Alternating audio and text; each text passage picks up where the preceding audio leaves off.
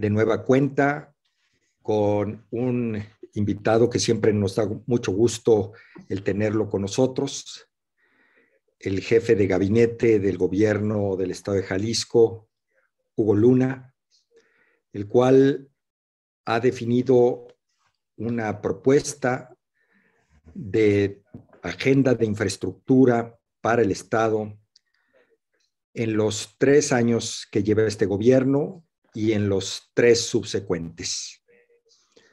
Para Coincides y todos los que somos parte de este grupo, es fundamental conocer cuáles son los planteamientos en materia de nuevas inversiones que este gobierno estatal ha definido como prioritarios.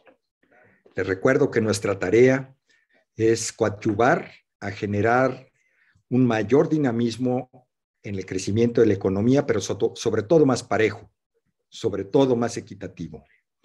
Y eso es uno de los temas que hoy analizaremos a mayor profundidad.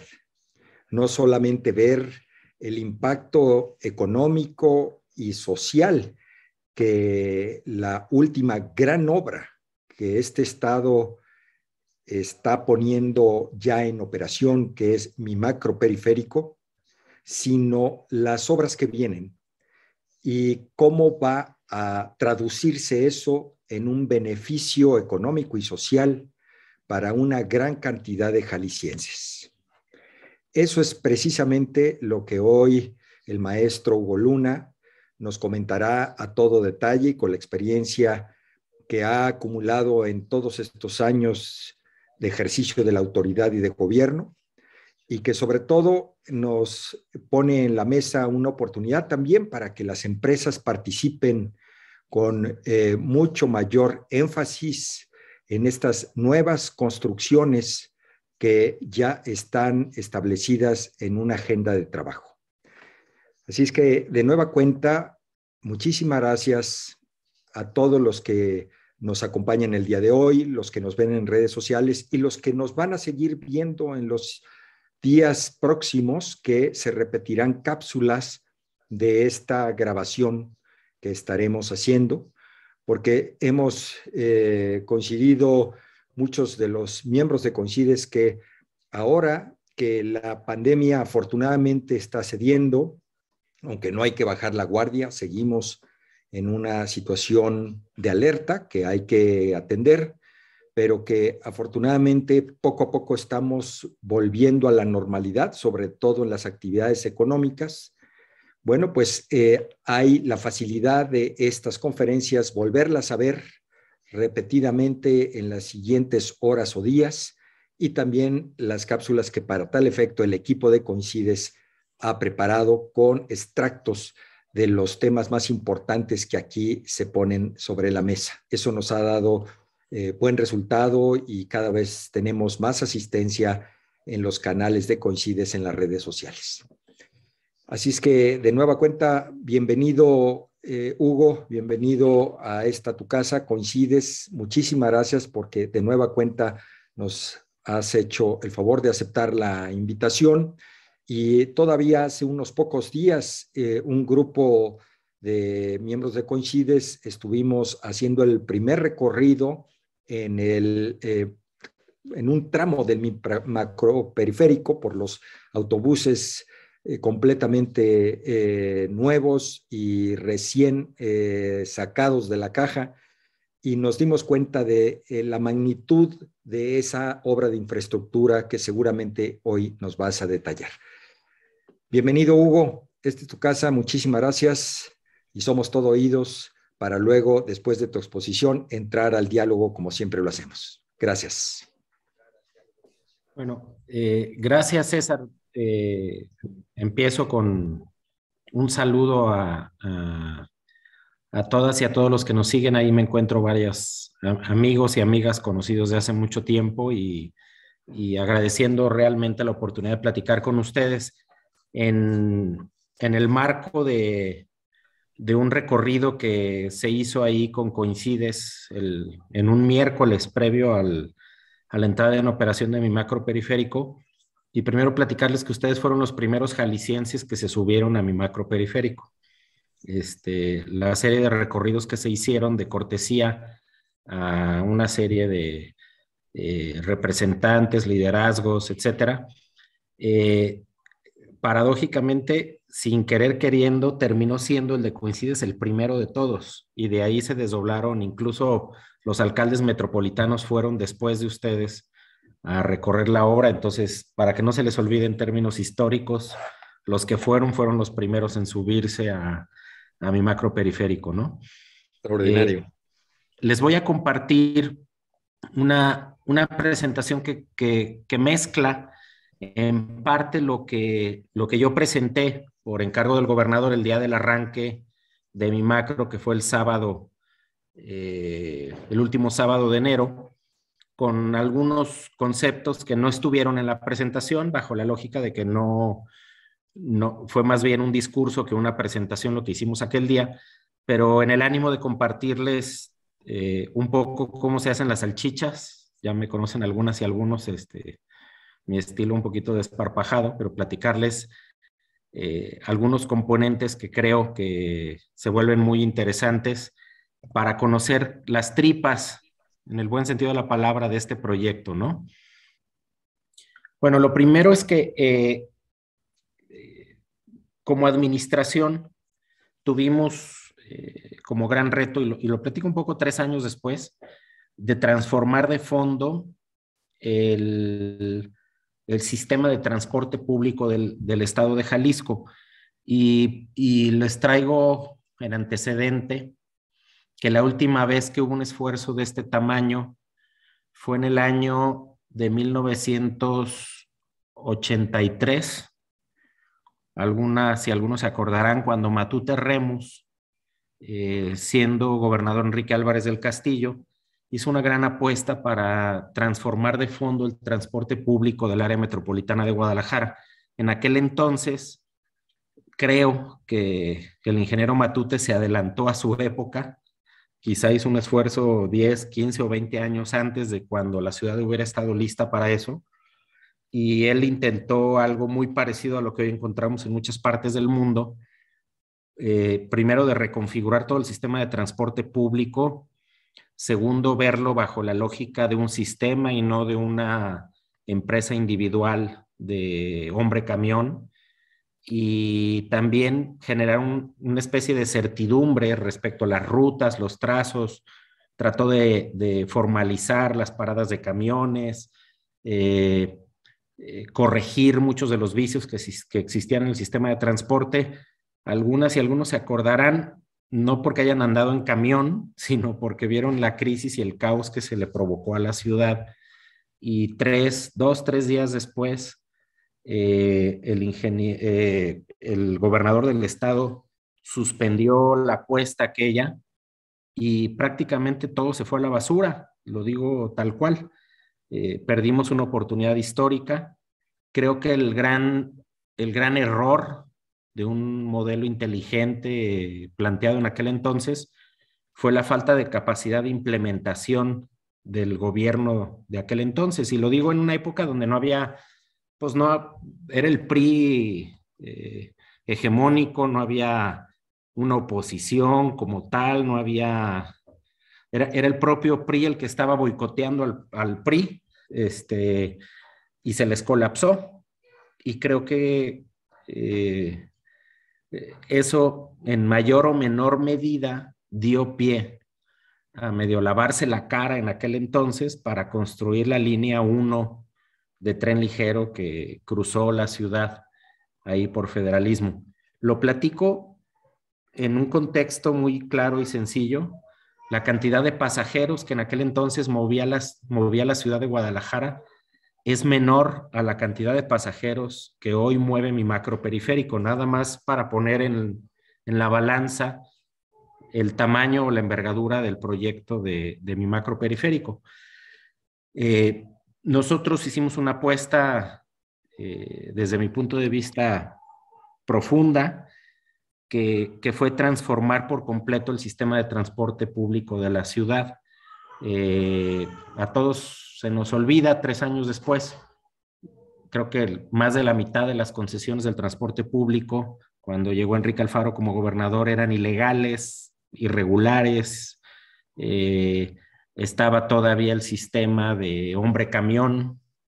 Se creía en aquel entonces que se trataba de renovar unidades de transporte, pero no se modificaban de fondo los vicios o la problemática que sucedía en el transporte, y tampoco había un sistema integrado. Me acuerdo mucho hace 3 años, que no es hace tanto tiempo, pues el transporte público masivo de la ciudad era línea 1, línea 2 y el macro de la calzada. No más, eran 3 rayitas, pues no era una red ni un entramado, ¿no? Y después de 3 años y de una serie digamos, de avances parciales, creo que mi macro periférico termina siendo como la consolidación de ese mensaje de la transformación del transporte público de la ciudad. Si pueden ver en su pantalla, lo voy a dejar correr.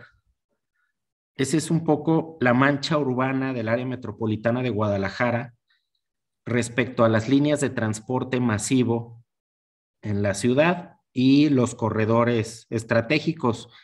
La media luna que ven en la parte baja corresponde al macrolibramiento, y una de las reflexiones que yo quiero poner sobre la mesa para todas y todos es: hace mucho tiempo que prácticamente la mitad de la población del área metropolitana de Guadalajara dejó de vivir dentro del periférico. A veces creo que se nos olvidó o nos quedamos con la idea de que el periférico era la frontera de la ciudad, o que vivir fuera del periférico era un asunto de marginación o de, digamos, o de encontrar el último rincón donde vivir. Y hoy, fuera del periférico, no solo vive, insisto, quizá la mitad de la población de la ciudad, sino incluso muchas de las colonias y de las actividades económicas más desarrolladas de la ciudad están fuera del periférico. Entonces, cuando nosotros llegamos hace 3 años, el paradigma de fondo que nos enfrentamos es cómo construimos un sistema de transporte público en el periférico que además se convierta en una transformación radical de la ciudad, de una carretera urbana, que era el periférico, reitero, acuérdense cómo estaba hace 3 años, a cómo transformamos esa carretera urbana en una especie de anillo interior, bulevar o algo por el estilo, en el entendido de que el macrolibramiento también nos daba pie a que ya había una nueva frontera de la ciudad. Es decir, no necesariamente el periférico tenía que absorber la carga de traspaso por la ciudad, sino que solo podía ser utilizado o podría ser plasmado para que fuera el articulador de la actividad económica intraciudad, pero no necesariamente el corredor de paso de la ciudad de Guadalajara, ¿no? Esta es la Guadalajara del 89 y empieza a correr. 90, 95, 2000, 2009.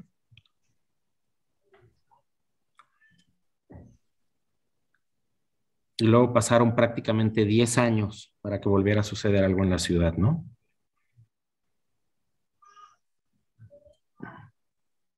Y voy.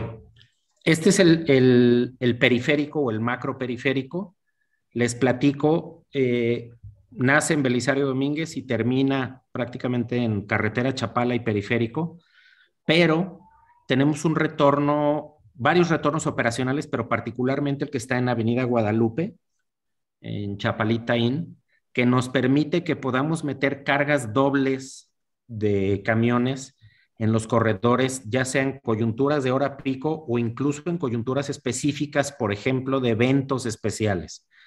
Una de las cosas que nos permiten los autobuses articulados y los propios autobuses que corren por el carril confinado es que podemos meterle carga especial en coyunturas específicas. Por ejemplo, un partido de fútbol en el Estadio de las Chivas. Nosotros podemos generar frecuencias cada minuto prácticamente, metiéndole muchos buses al momento particular que necesitamos generar una atención a la demanda, ¿no? Estas son lo que hemos llamado las rutas complementarias. En pocas palabras, es el mismo sistema, pero ya no corre por el carril confinado, sino que se mete, en este caso, del lado derecho, a cerrar el anillo periférico, recorriendo una parte importante del oriente de la ciudad, particularmente en el municipio de Tonalá y Tlaquepaque, y en el lado izquierdo hace una especie de, digamos, de buffer de alimentación hacia el corredor de Avenida Aviación y hacia Tezistán, y eso le llamamos complementarias. ¿Qué es lo que trato de construir aquí? La idea es que mi macro periférico no es solo lo que vemos sobre la calzada, sino una serie de rutas que complementan la alimentación del sistema.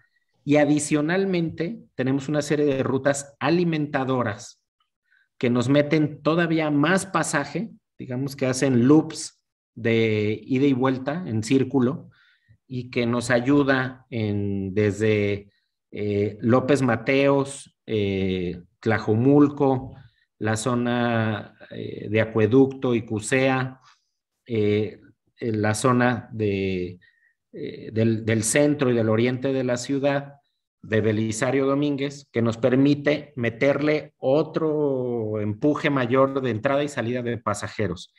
Y finalmente, algunos de ustedes han oído hablar de una ruta de transporte público eléctrico que sale del aeropuerto de Guadalajara, que corre por el nuevo periférico y que luego se empata con mi macro periférico y particularmente llega hasta la estación de Tabachines para hacer su retorno. Hoy es una línea muy exitosa, particularmente de gente trabajadora del aeropuerto que utiliza este sistema para llegar allá, porque antes el transporte de la ciudad no llegaba al aeropuerto, eran líneas de lejanía, por decirlo de alguna manera, o líneas regionales, ¿no? Este sería el sistema. Estos son los buses eléctricos. Lo hemos comentado, es el primer sistema de buses eléctricos no conectados a una catenaria en México, y nosotros lo estamos usando como una especie de programa piloto, avanzando en construir una agenda hacia adelante. Digo piloto porque estos buses valen 3 o 4 veces lo que vale un camión normal. Ahorita lo operamos en el sistema de transporte estatal, donde al fin y al cabo subsidiamos esta lógica, pero un poco estamos tratando de aprender de la posibilidad de que en un futuro empecemos a migrar hacia buses eléctricos, ¿no? Y este es finalmente visto, de alguna manera, la telaraña completa del sistema de transporte público que hoy opera en la ciudad, y el único que es, digamos, trazado en proceso de construcción es la línea 4, que es la franja roja punteada que ven en el sur o en la parte baja de este diagrama. Pero un poco lo que trato de decir es, por primera vez Guadalajara hoy tiene pues una telaraña de sistema de transporte masivo que antes nunca había tenido la ciudad, y entonces estamos, digamos, pasando, en el buen sentido de la palabra, de una ciudad normal a una ciudad principal en términos de su red de transporte público, ¿no? Platicarles que como sistema de transporte masivo es el primer sistema que se construye en todo el país en el sexenio. Y no es asunto menor. Con el escenario tan agreste que tenemos a nivel nacional, en los 3 años no ha existido un solo sistema de transporte masivo que nazca y se consolide dentro del primer sexenio o del sexenio de estos 3 primeros años de gobierno. Y a contracorriente de cómo se han construido los sistemas de transporte masivo en el país, no contó con una empresa integradora o con un project manager como se han construido los sistemas anteriores. ¿Qué trato de explicar? Históricamente, cuando vas a hacer un proyecto de esta envergadura, pues buscas asignarle el proyecto a una gran empresa nacional o extranjera, normalmente son extranjeras, donde le asignas o todo el proyecto o un tramo completo, donde la empresa integra un montón de proveedores, contratistas, constructores, etcétera, para realizar el proyecto.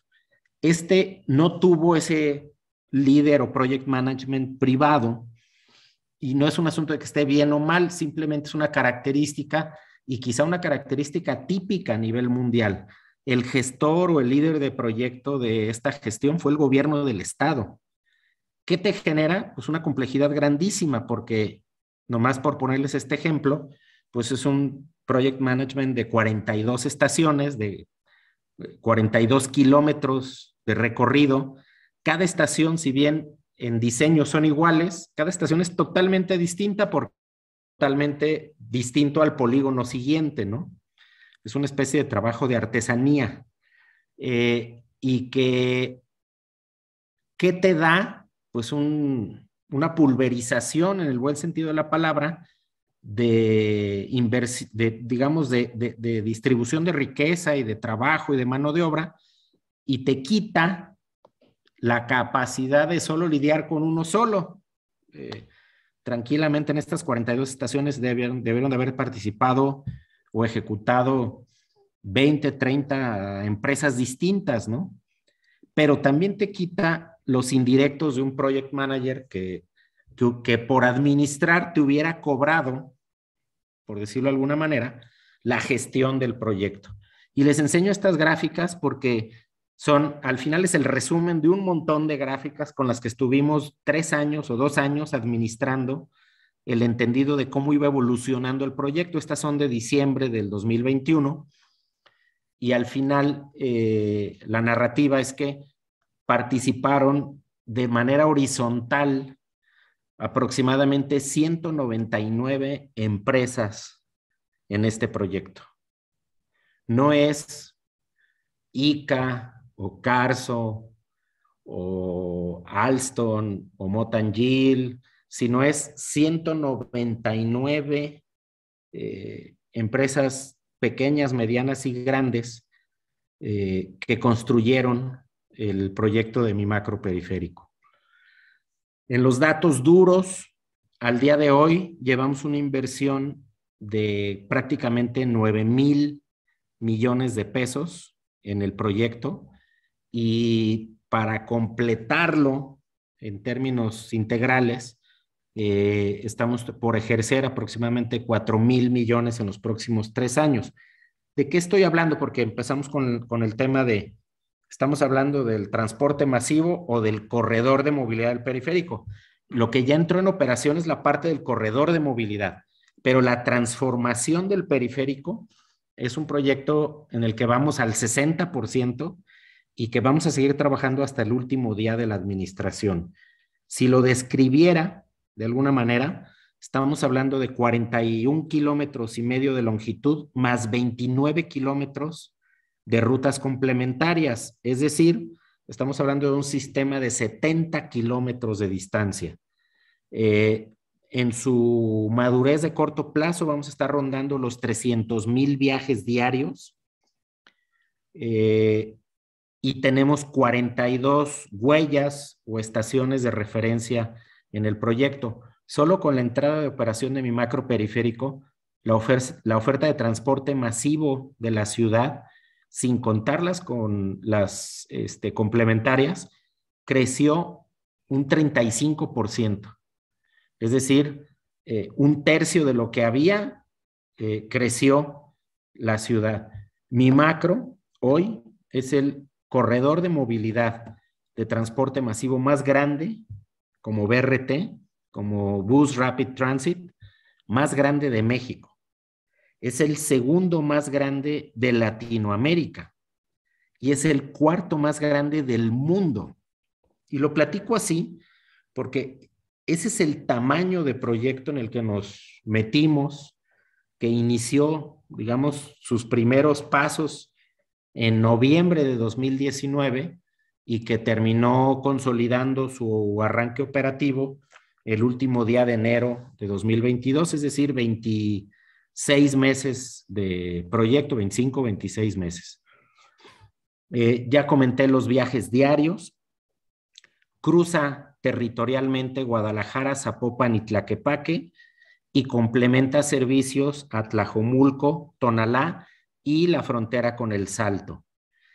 Su flota es de 359 unidades, prácticamente todas son de nueva generación, con motores Euro 6 que reducen en un 80% las emisiones contaminantes.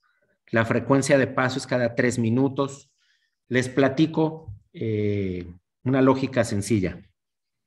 El paradigma del transporte público no tiene que ver con un autobús cómodo, nuevo, con aire acondicionado o con una tarifa económica. El paradigma de fondo es, y piensen en los británicos y su obsesión por la puntualidad. El paradigma de fondo es, a mí dame certeza que me subo aquí y que puedo llegar a mi destino en un rango de más o menos 35 minutos. Ese es en realidad digamos, el disparador de la efectividad de un sistema de transporte.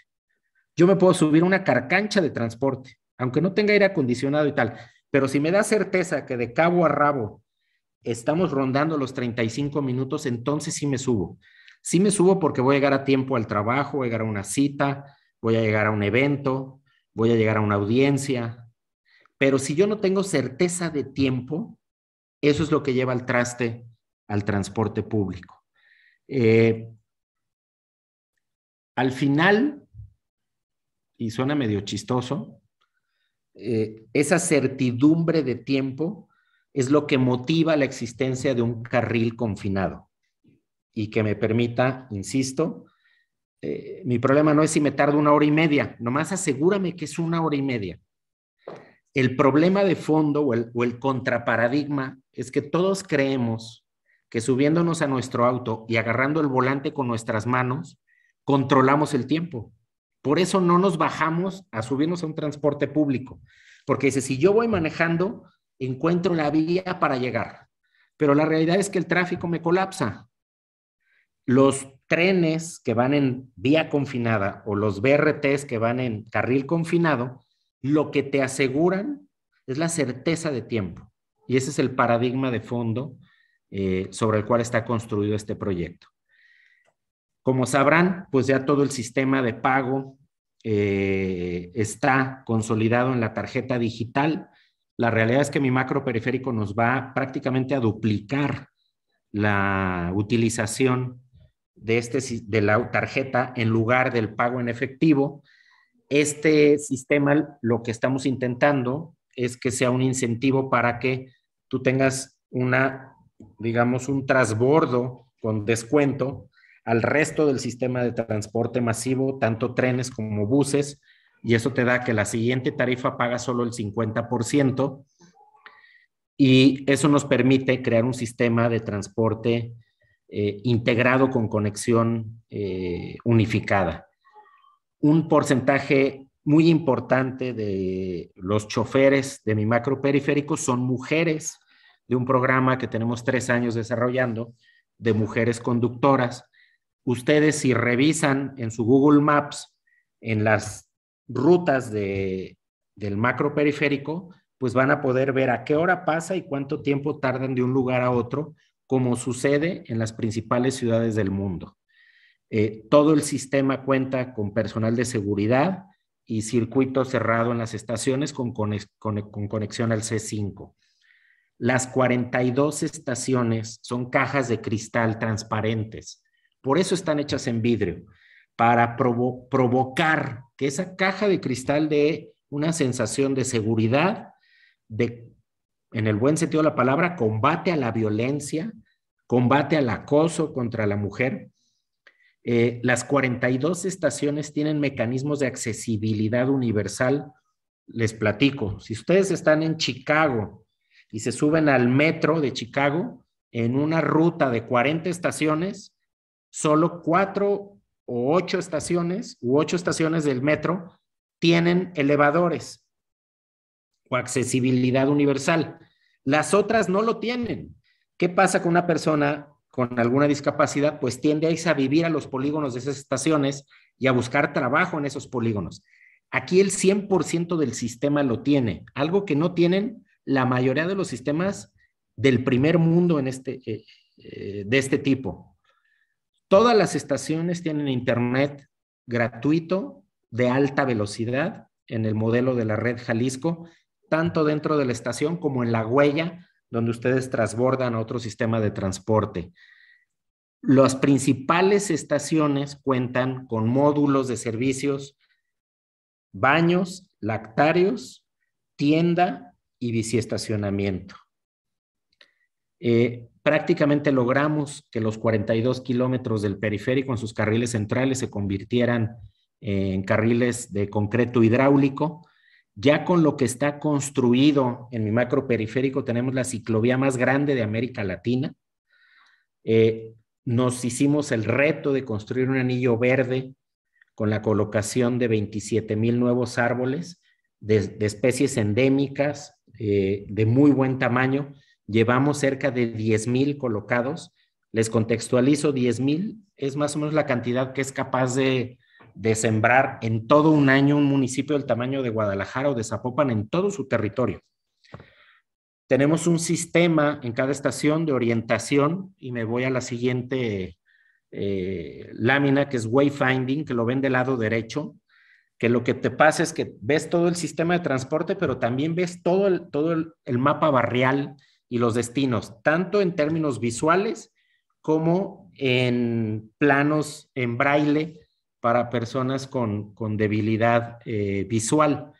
Les muestro, aprovechando esta lámina, todas las estaciones están construidas en dos, digamos, criterios fundamentales. El primero, todas es una especie de Lego. Si se me rompe un vidrio, todos los vidrios del sistema son del mismo tamaño. Si se me daña una lámpara, una columna, todo es estandarizado a los mismos materiales y eso vuelve su mantenimiento y reposición súper ágil. Y dos, todos los materiales son prefabricados, materiales estándar y de carga, digamos, de uso rudo. ¿Por qué? Pues porque nosotros estábamos construyendo mi macro periférico mientras el periférico seguía operando. Entonces, teníamos que encontrar un método constructivo que nos permitiera, similar a aquella historia de la telefónica, que pudiéramos construir mientras siguiera operando el propio periférico. Entonces encontramos un sistema con arquitectos de talento local que nos diseñaron este modelo. Ya comenté todo el esquema de accesibilidad universal, de marcas podotáctiles. Cerca de 700 personas entre conductores y prestadores de servicio dentro del sistema han recibido capacitación para la prevención de la violencia sexual en el transporte público.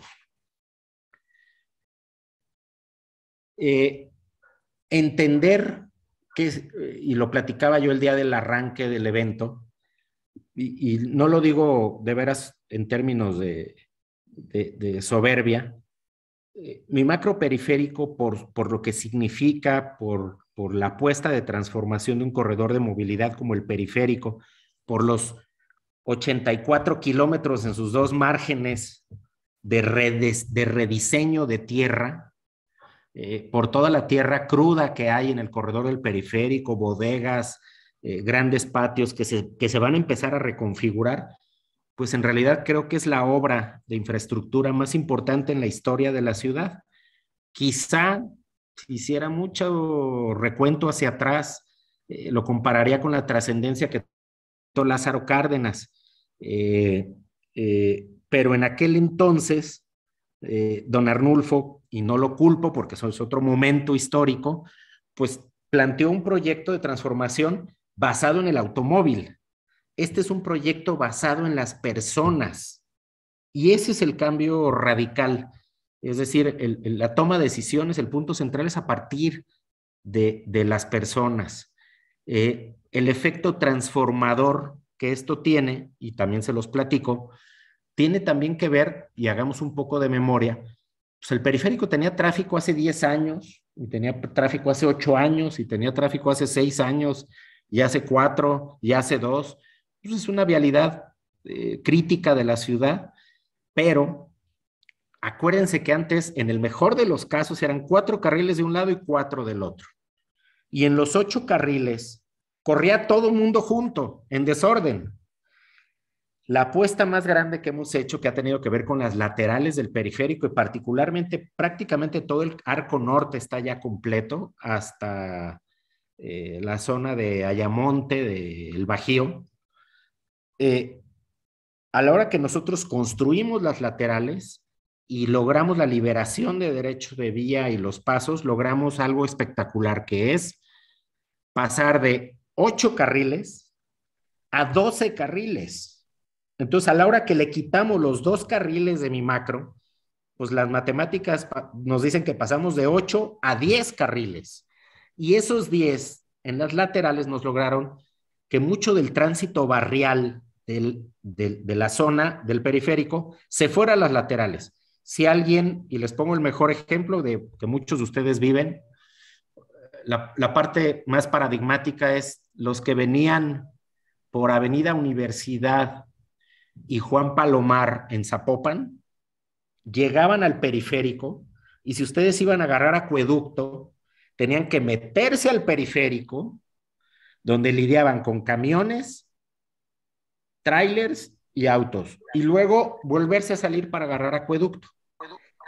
Esa lateral pegada a Puerta de Hierro, ese es el ejemplo de lo que les estoy tratando de transmitir. Quien no va a un largo aliento sobre periférico, pues hace sus movimientos dentro de las laterales del periférico. Pero adicionalmente, los buses o los camiones los sacamos de los carriles centrales, porque ahora lo que era la 380 corre en el carril confinado de mi macro y los otros que entran al periférico corren por las laterales. Entonces dejamos 3 carriles francos de, digamos, de corrida sobre el periférico. El otro día Diego Monraz en una llamada estábamos platicando y me dice, es que estamos domando al potro salvaje. Y sí, la verdad es que lo que estamos haciendo es domar al potro salvaje, que era el periférico. La zona de influencia es de prácticamente 600,000 habitantes. Les quería platicar, evidentemente en términos ambientales, hay una gran apuesta en cuanto a la reducción de los efectos contaminantes de los vehículos automotores y el transporte público. Está alineado a toda nuestra agenda del Plan de Acción Climático. Todas las estaciones cuentan con paneles solares.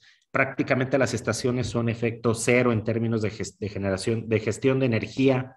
El tema que les comenté del arbolado, las toneladas de materiales pues son espectaculares, ¿no? Los volúmenes que usamos. Y yo usaba esta explicación el día del arranque. Con el acero que usamos en mi macro periférico, piénsenlo así. En vez de haber construido el macro periférico, pudimos haber hecho la Torre Eiffel de París en Guadalajara. O, en vez de haber hecho el macro periférico, pudimos haber construido 7 estadios Azteca en términos del concreto. O con los paneles solares hubiéramos podido completar una granja de energía que hubiera dotado de luz para todo el barrio de Analco. O en vez de haber hecho toda la parte de balizamiento, pues hubiéramos llegado hasta la Ciudad de México, de cabo a rabo, de centro a centro, con todos los metros lineales de balizamiento del proyecto. Pero además, que comentaba de las 199 empresas, pues se utilizaron también en esto 729 máquinas y equipos, en algunos casos unas máquinas impresionantes, pavimentadoras, y tuvimos un ritmo constante de 4,216 empleos directos por mes. Casi me atrevo a decir, mi macro periférico representó una parte muy importante de la tajada de los empleos que se generaron en Jalisco en los últimos 2 años. Miren, nos acabamos, en el buen sentido de la palabra, nos acabamos todos los albañiles especializados de la ciudad. Y no solo eso, importamos albañiles de Puebla, de Querétaro, de Guanajuato, de Hidalgo, herreros, alumineros, especialistas en acabados, pisos, etcétera. Prácticamente, y lo digo porque a veces la Cámara y el Colegio de Ingenieros dicen, oye, no ha crecido. Le digo, no, pues nos metimos en una bronca la construcción privada porque les robamos todo el personal para realizar el proyecto de este tamaño, ¿no? Y finalmente, recordarles que vamos en la parte del corredor de movilidad, pues a la mitad del camino. Nos falta, digamos, cerca del 40% del anillo para completar la transformación completa que tiene que ver del periférico. Y les doy algunos datos para cerrar. Nosotros, en mi macro periférico, podemos conectar el día de hoy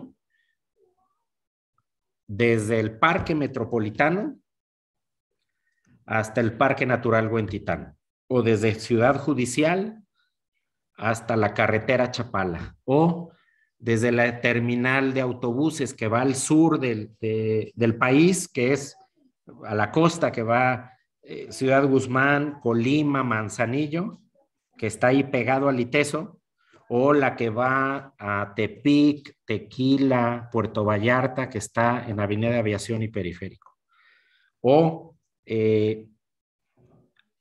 La Tusanía, Santa Margarita, San Juan de Ocotán, Tabachines, que en muchos sentidos es mucha de la mano de obra que trabaja en las empresas de Jalisco. Imagínense cualquiera de las empresas ubicadas en el corredor de los 42 kilómetros, pues ahora tienes 42 kilómetros de mano de obra de todos los niveles para hacer tu convocatoria de personal a sabiendas que solo van a utilizar una ruta de transporte con una certeza de tiempo, que esa es la parte crítica.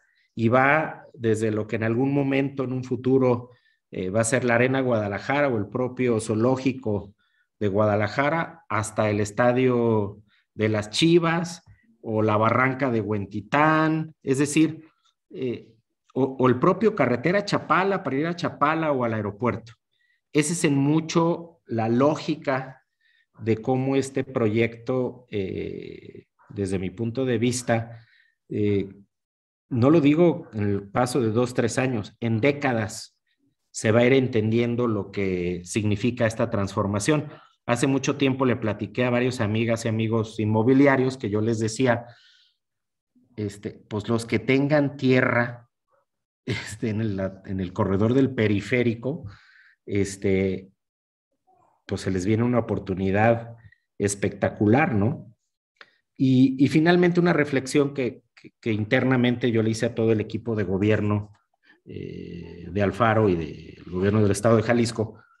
Hemos escuchado un montón de detalles y de críticas y demás, ¿no? Y yo les decía, miren, imagínense que estamos construyendo la casa más grande que hubiéramos imaginado en toda nuestra vida.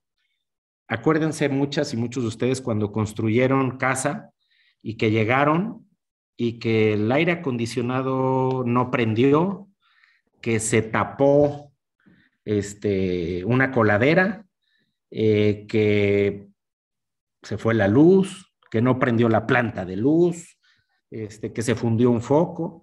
Pues sí, echar a andar un proyecto de esta envergadura implica todo eso. Reitero, es más grande que lo que en 1983 intentó Matute Remus transformar.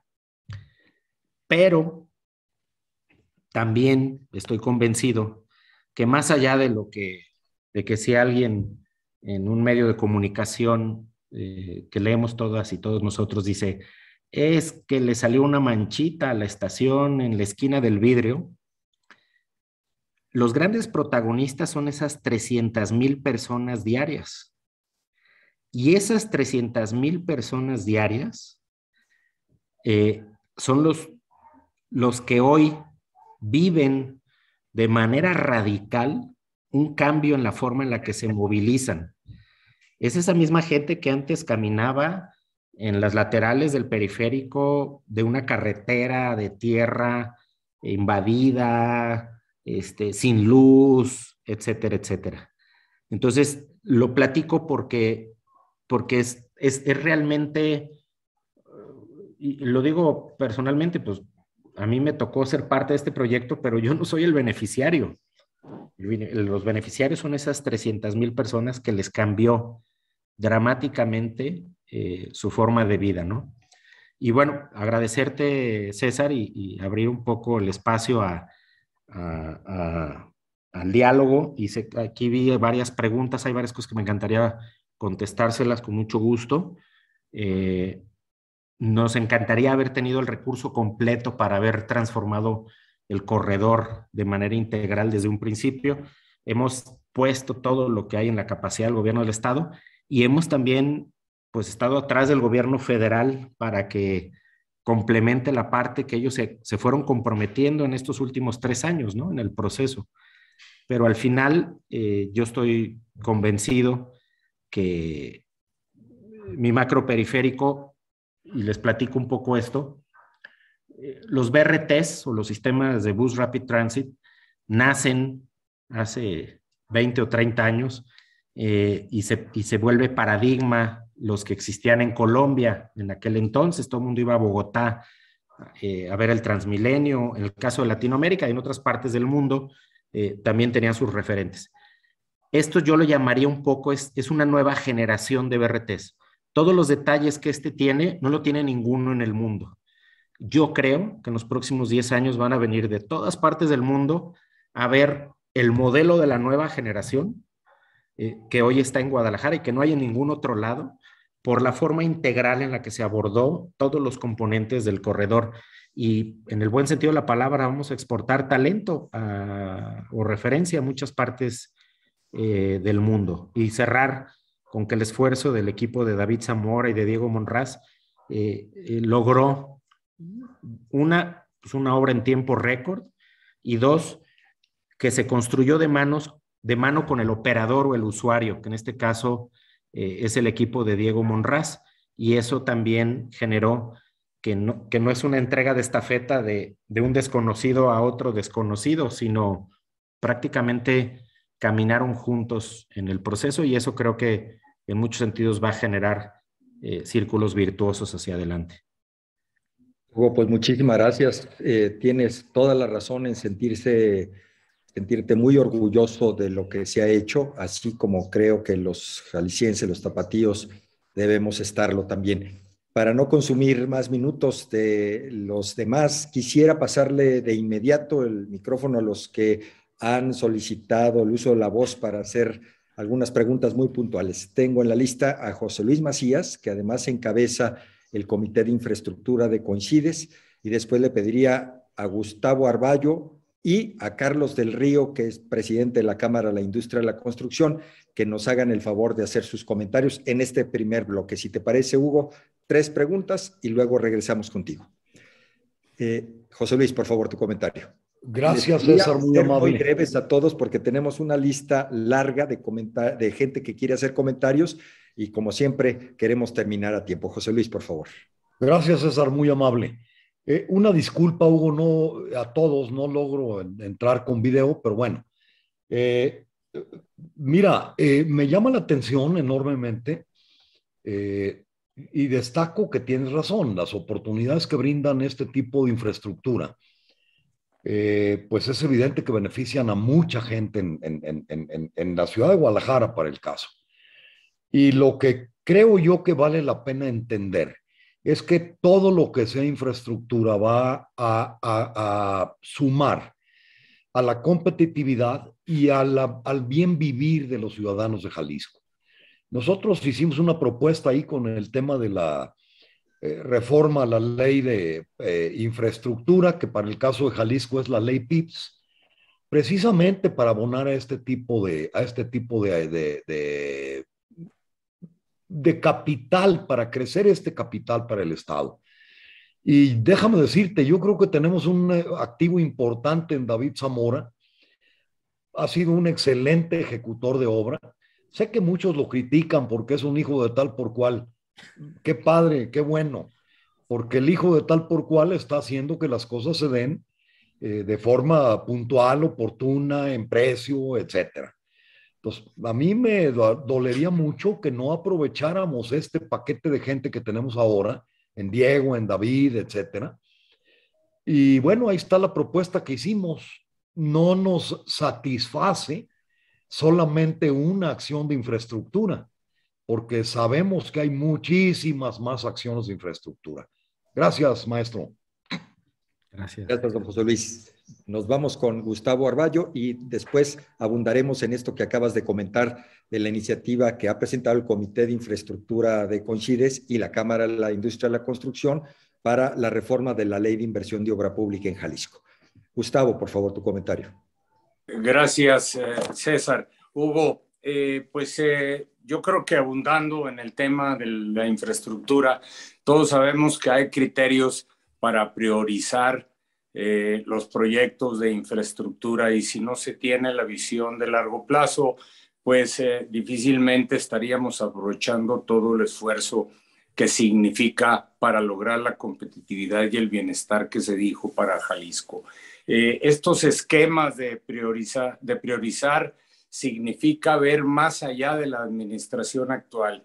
Y bueno, yo diría que no dejáramos de pensar en la planeación de la infraestructura a largo plazo como uno de los renglones importantes a considerar, porque lo que no se vale es lograr algo tan importante en este periodo y luego no sabemos qué pase, independientemente de los colores. Para eso está la sociedad organizada en el estado de Jalisco, para lograr hacer el equipo suficiente y darle pues cabida a esto que yo llamo la planeación a largo plazo. Lo dejo en la mesa, Hugo. Creo que es un tema que siempre habrá que considerar y como siempre estamos puestos para aportar. Gracias. Gracias, Gustavo. Gustavo, un expresidente nacional de la Cámara de la Industria de la Construcción. Gracias por tu participación. Don Carlos del Río, nos da mucho gusto tenerte aquí y muy atentos a tu comentario. Gracias, César. Un gusto estar aquí con ustedes.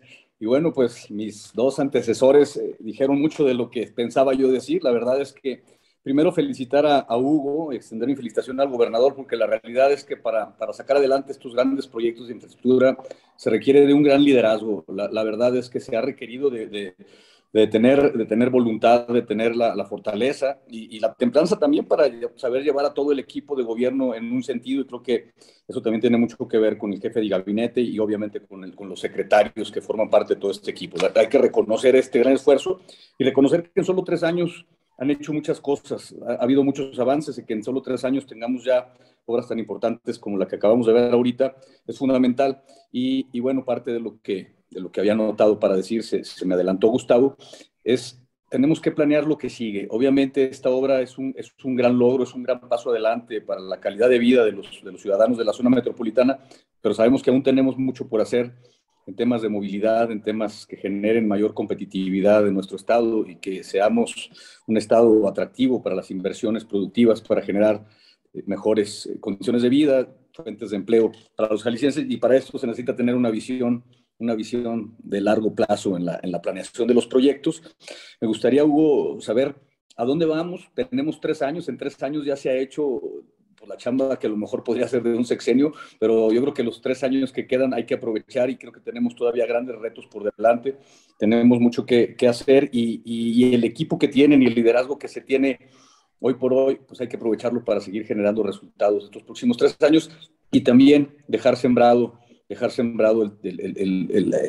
el futuro en proyectos. Eso sería mi intervención. Muchas gracias. Muchas gracias, Carlos. Carlos del Río, presidente de la Cámara de la Industria de la Construcción. Hugo, regresamos contigo y luego con otro bloque de 3 comentarios. Sí, aprovechando y voy a hacer un mix de las intervenciones de todos. Evidentemente yo estoy convencido que el brinco en materia de competitividad para el área metropolitana de Guadalajara con esta transformación del corredor es brutal. Nos permitió, insisto, generar una condición de orden en todo el corredor del periférico que poco a poco se va a ir sintiendo. Insisto, es lo que decía Diego. Estamos domando al caballo salvaje y quizá es cuestión de algunos meses para que se termine de consolidar esa transformación y te genera, insisto, pues una articulación intraurbana que nunca había tenido la ciudad. En materia de planeación, tienen toda la razón. Les platico, y me voy a poner la soga al cuello. Por supuesto que hay muchos proyectos en el tintero, pero mi chamba es ejecutar. Entonces, a veces les digo, yo tengo que ser muy disciplinado, soñar muy poco y planear muy poco y ejecutar mucho, porque si no, entonces nunca se hubiera construido el macro periférico. No, les digo en buena lid, duraron 3 años en el gobierno de Aristóteles pensando en hacer un corredor de transporte masivo en el periférico y nunca fueron capaces de concretar un planteamiento. Lo más avanzado fue lo que hizo José Luis Cuéllar, registrando el proyecto en Fonadín, que no tiene nada que ver con el proyecto actual, pero que en mucho José Luis nos abrió la puerta para que al inicio del gobierno de Alfaro dijéramos, vamos planteándolo al estilo alfarista, pero también es cierto que tuvimos que ser, y lo digo por David Zamora, por mí, por el propio Alfaro, muy disciplinados. Si hay un plan maestro de la ciudad, ahí no tienen idea cuántos estudios, documentos, análisis hay en el IMEPLAN, por ejemplo. Hay N número de proyectos sobre la mesa. No solo eso, les comparto algo que quizá varios de aquí no lo saben. Alfaro no solo es ingeniero civil, sino su maestría es un urbanismo. Me atrevo a decir que es el único gobernador del país que le entiende a la ciudad. Y eso ayuda un montón, porque cuando pones sobre la mesa cualquier análisis de trabajo sobre movilidad o sobre planeación, pues tienes un gobernador que le está entendiendo. No es alguien que está improvisado en este aspecto. El siguiente proyecto que viene perfectamente amarrado, armado, diseñado es Línea 4. Ya lo dijo Alfaro. Hoy en la mañana estaba platicando con David Zamora de que sale en unos días la licitación de la primera acción relativa a Línea 4. Y como yo dije hace mucho, miren, yo les dije que alguna vez declaré que mi macro periférico lo terminábamos en el segundo semestre del 2021. Le fallé por 4 semanas. Y yo ahora reitero, en el 2024 va a estar en operación Línea 4, que nos va a permitir complementar una parte importante del transporte hacia el valle de Tlajumulco, pero ahí también decir que vamos a dejar encarrilados varios proyectos a la siguiente administración y no dejando de lado algunos proyectos que están por ser anunciados. No es mi chamba ser el político. En algunas semanas van a escuchar algunos proyectos desde mi punto de vista transformadores todavía dentro de la ciudad de Guadalajara, empujados en la agenda de Zapopan, en la agenda de Guadalajara, en la agenda de Tlajumulco, de Tlaquepaque, de Tonalá. Viene una serie de proyectos. Yo les decía, no crean que el gobierno de Alfaro empieza a cerrar. Hagan de cuenta que después de las elecciones del 21 le volvieron a dar cuerda a nuestro amigo y anda como novillero preparado para echarse al ruedo los siguientes 3 años.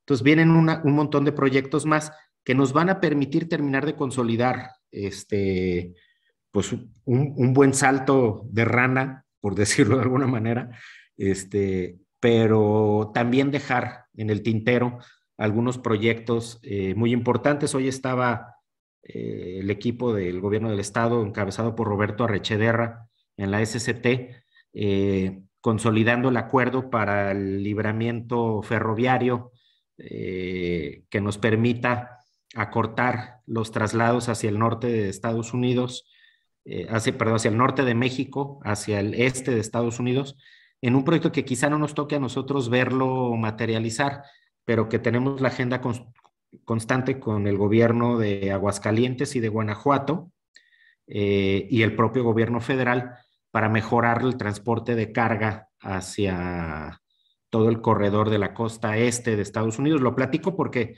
es un proyecto que, platicando con el gobernador, decíamos, oye, pues no nos va a tocar verlo, pero vamos a irlo encarrilando porque va a madurar en 2, 3 años y va a caminar hacia adelante, igual que varios proyectos que están ahí en el tintero, en la costa. Alfaro está por inaugurar y poner en operación la carretera federal, la carretera estatal de Talpa, Llano Grande, Tomatlán. Pónganse viendo de Puerto Vallarta hacia Guadalajara. De su lado izquierdo tienen la carretera Puerto Vallarta, de su lado derecho la carretera Manzanillo. Si partieran en medio de eso, parcializado hacia la derecha, tienen la carretera hacia Melaque, y falta una cuarta carretera que yo creo, honestamente, que va a ser similar a lo que significó cuando Agustín Yáñez hizo la carretera Puerto Vallarta, que es esta de Talpa a Llano Grande, Tomatlán.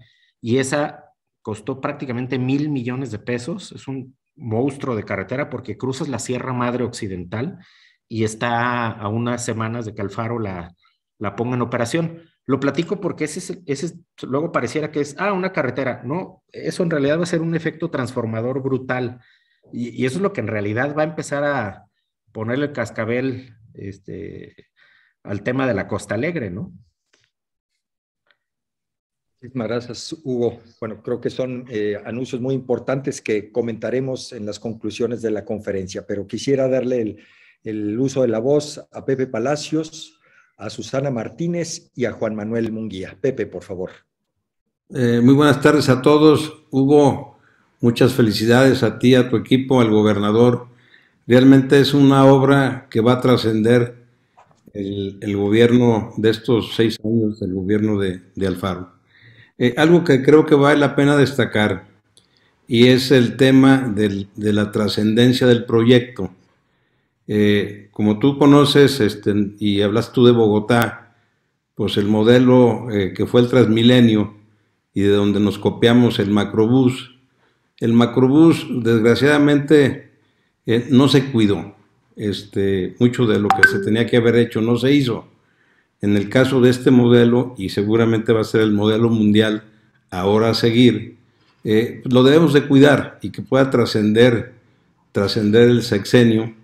Y bueno, creo que pudiera ser muy interesante que la sociedad civil lo pudiera recibir para cuidarlo y que podamos trascender al gobierno que sigue, para que no se vaya a caer en todo lo que nos dimos cuenta en ese primer recorrido que nos pidió César que lo acompañáramos, donde estuvo Diego Monraz, y pues nos dimos cuenta que el gobierno del estado es el principal tenedor de elevadores y de elevadores y escaleras eléctricas, por ejemplo, ¿no? Y por el otro lado, el tema de que ahora sí hay sanitarios, y es el único modelo en el mundo que tiene sanitarios, y que un chofer se va a poder bajar de repente, como todo ser humano, de repente tiene alguna necesidad, ¿no? Entonces, sí creo que sería muy importante, y bueno, aprovechar el tema para que si en el caso de la vía recreativa se pudiera lograr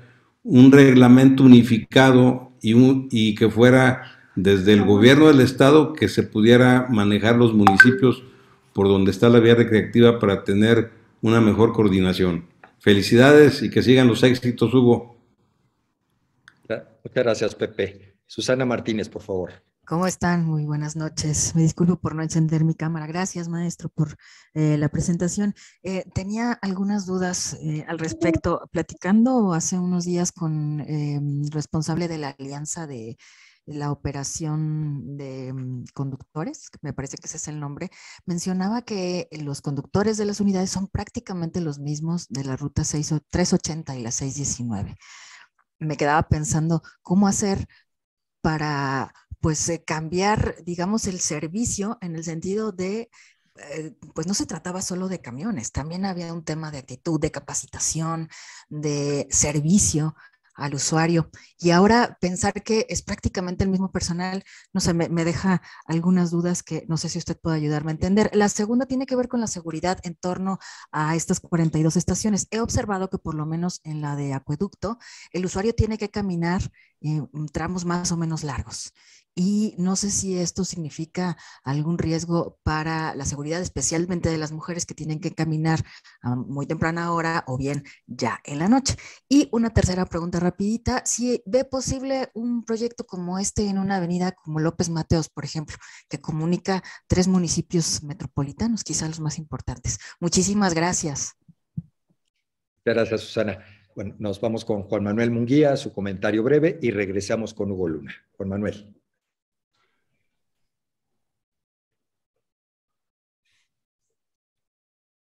Probablemente no puede activar la cámara. Luis de la Peña ha levantado la mano. Le damos el turno a Luis de la Peña y luego Hugo Luna. Luis, por favor, tu breve comentario. Muchas gracias, César. Yo nada más, bueno, prácticamente dos preguntas. Una, el comentario es que bueno, es de dar gusto que ya se va a pasar una carretera que va a ir por Talpa y que va a tener acceso a Costa Alegre. Mi pregunta es, ¿qué se está pensando que pase con la carretera a Puerto Vallarta? Que, bueno, pues sigue siendo Puerto Vallarta un lugar de mucha afluencia, sin embargo, los accesos no corresponden al tamaño de lo que es Puerto Vallarta como centro pues como centro de vacaciones y ya ahora ya también es un centro económico muy importante. Eso es una pregunta. La otra es nada más una curiosidad de saber si se cuenta ya con el presupuesto para llevar a cabo lo que está haciendo. Yo vi en me informo mucho, a lo mejor es malo que me informe por ese lado, pero me informo mucho por medio de YouTube y hasta ahí lo hacen muchas veces con un poco de amarillismo, pero mencionan de que estamos empezando este año sin ni un solo peso de presupuesto para llevar a cabo los proyectos de infraestructura y sobre todo los megaproyectos que llaman. A ver si, no sé qué comentario hay al respecto. Muchas gracias y felicidades, porque sí yo creo que todos nos estamos dando cuenta del avance que hemos tenido en cuestión de infraestructura, vialidad, de movilidad, y bueno, algo que yo creo que todos celebramos. Gracias. Gracias, Luis. Pues, Hugo, tus comentarios, por favor. A ver, evidentemente lo decía Pepe, yo estoy en el buen sentido de la palabra en campaña con el tema de mi macro periférico, porque al final la forma en la que lo adoptemos es lo que le va a dar la exigencia que cualquier gobierno tenga que cuidarlo. Tiene un modelo híbrido que es un reto interesante, que es el gobierno del estado de la mano con las rutas empresa, que eran dueñas de las concesiones de 380, somos los que juntos operamos mi macro. Es decir, hay empresarios y gobierno de la mano. Eso, en cierto sentido, espero que sea un círculo virtuoso para que nos cuidemos, nos empujemos y lo mantengamos al día.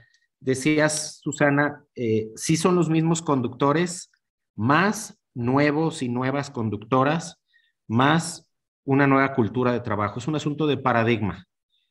Yo creo, como seres humanos, que el espacio donde laboramos, la calidad del espacio donde laboramos también condiciona el comportamiento humano. Voy a traer a colación un tema que me acuerdo mucho cuando construimos el edificio de gobierno en Tlajomulco hace ya prácticamente 11 años. Les sorprendería cómo cambió toda la burocracia de Tlajomulco, su forma de comportarse, su forma de vestirse, su forma de atender. Cuando cambias a un espacio digno, a una condición digna de trabajo, las cosas cambian dramáticamente. El reto de la seguridad, pues es un reto general de la ciudad, del estado y del país. Yo les diría, dentro del sistema de mi macro, no de seguridad en ningún otro sistema de transporte masivo del país y quizá de Latinoamérica. Lo demás es parte de ese esfuerzo que estamos haciendo de transformar el corredor completo, y aunque no lo crean, hasta el último detalle seguimos trabajando para generar condiciones de traslado seguro de la gente a cada uno de los puntos de destino. López Mateos. Me regreso al caso del periférico. Había 8 carriles y logramos hacer una arquitectura urbana que nos hiciera ganar carriles. El recuperar las laterales, en realidad lo que nos llevó es no solo a un ordenamiento y a un flujo y una lógica inteligente, sino a que pasamos de 8 a 12 carriles y confinamos de esos 2. Entonces, en el peor de los casos, pasamos de 8 a 10 carriles. El problema o el reto de López Mateos es que no tenemos capacidad de crecer carriles. Entonces, el debate entre los que andan en auto y el transporte público, el trade-off en el caso de López Mateos sí sería deficitario. Si nosotros creamos un sistema de transporte masivo en López Mateos es a costa de quitarle carriles a los autos. Ahí sí. Yo no digo que no lo hagamos, de hecho yo soy partidario de eso, pero también entiendo que es un debate muy complejo. ¿Se puede? Sí se puede. Creo que es un debate en el que la ciudad tiene que entrar y tiene que entrar en serio porque uno de los polos de desarrollo más importantes de esta ciudad es el corredor sur de López Mateos y necesitamos encontrar nuevas soluciones. No lo tengo claro, pero sí entiendo perfectamente que ahí el trade-off sí es deficitario. Si confinamos carriles, perdemos carriles para el automóvil. Y lo que decía Luis de la Peña, me encantaría, y yo créanme que le he dedicado mucho tiempo a empujar en SCT, no solo la carretera Chapala, sino también la segunda carretera Manzanillo. El problema es que está en la cancha del gobierno federal. El problema es que la parte de la carretera Puerto Vallarta particularmente está en la cancha de Nayarit. Hay otras condiciones de gobierno allá, el anterior y el actual.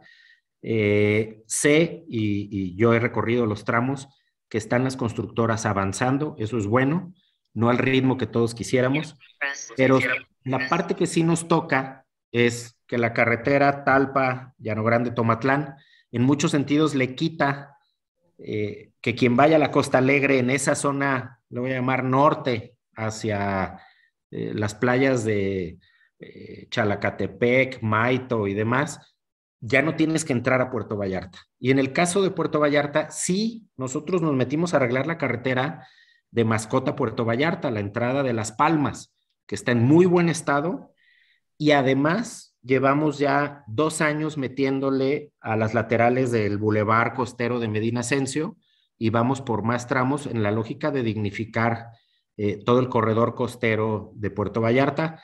Digamos que estamos haciendo lo que está en nuestra cancha, por decirlo de alguna manera. Y finalmente, platicarles, el presupuesto de obra de este año va a andar rondando los 15,000 millones de pesos en el gobierno del estado.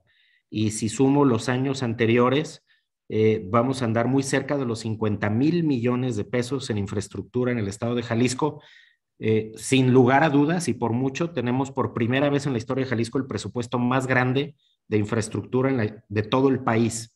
Ni la Ciudad de México, ni el Estado de México, mucho menos Veracruz, Nuevo León y demás. Tiene mucho que ver el enfoque de un gobernador. A veces lo digo con mucho respeto, Alfaro es Bob el constructor. Entonces, digamos que está viviendo Jalisco la panacea en términos de infraestructura que quizá no había vivido en los últimos años.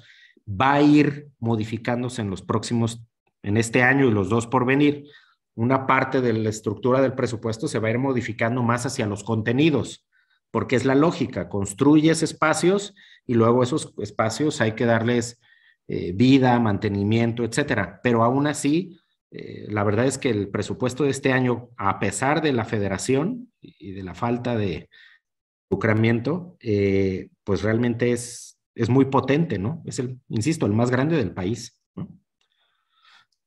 Hugo, el tiempo como siempre se nos agota y prometemos terminar a tiempo y lo hacemos.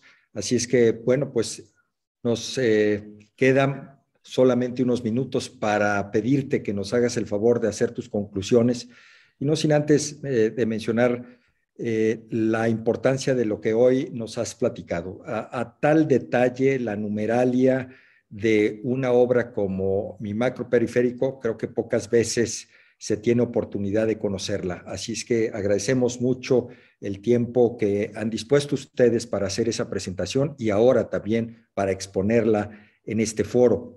Los proyectos próximos que has mencionado, como este del libramiento ferroviario o la línea que comunica a Guadalajara con Aguascalientes, que es una obra que desde los años 90 hemos estado persiguiendo, y sobre todo la zona de los Altos tendría un desarrollo todavía más acelerado que el que ya tiene, que afortunadamente esa zona, y que también me gustaría comentar el tema, pues es uno de los motores de la economía de la región occidente del país, no solamente de Jalisco, de la región occidente del país. Así es que el lograr esa concesión ferroviaria para Aguascalientes y Jalisco y trazar esa línea tan anhelada de ferrocarril que no solamente llevará granos, sino llevará autopartes y producto terminado al norte de México y obviamente de exportación a Estados Unidos y Canadá, seguramente será un detonador de crecimiento.